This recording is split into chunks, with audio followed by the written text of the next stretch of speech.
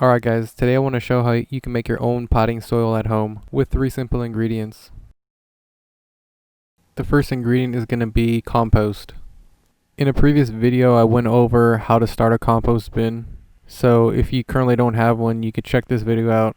I'll put a link in the description below. You can also purchase compost from any big box stores. I recommend Dr. Earth all-purpose compost. Alternatively, you can use chicken or cow manure in place of compost.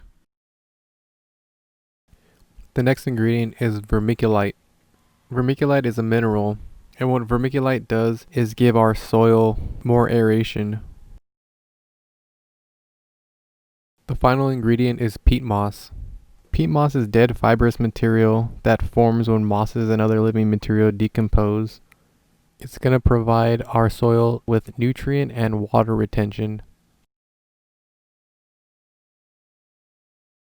So now that we have all 3 ingredients, it's time to put it all together.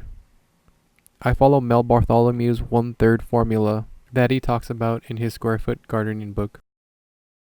So basically, he takes 1/3 of each of our ingredients by volume and adds them all together.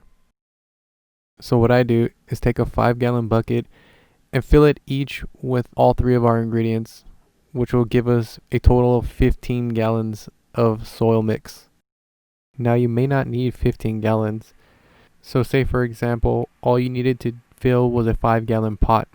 All you would do was take 1/3 of each of our ingredients to fill the entire 5-gallon pot, instead of 5-gallon pots each. Next, I recommend filtering out your compost using a soil sifter. Now this step isn't entirely necessary. However, if your compost isn't completely broken down, you could have chunks of decomposing food still in your mix, which isn't a bad thing, but it could potentially cause issues with your plant's roots if the chunks are big enough to restrict growth. I'll add these chunks back to the compost bin so they could break down further. Next up, you're going to add your vermiculite.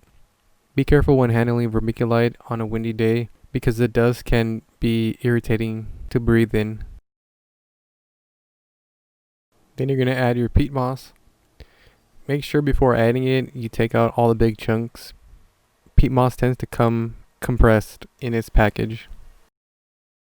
Now add a little water to the soil so that it makes it easier to mix and less particles fly in the air.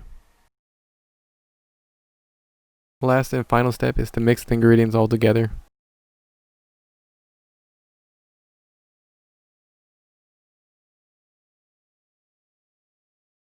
And there you have it, your own homemade potting soil.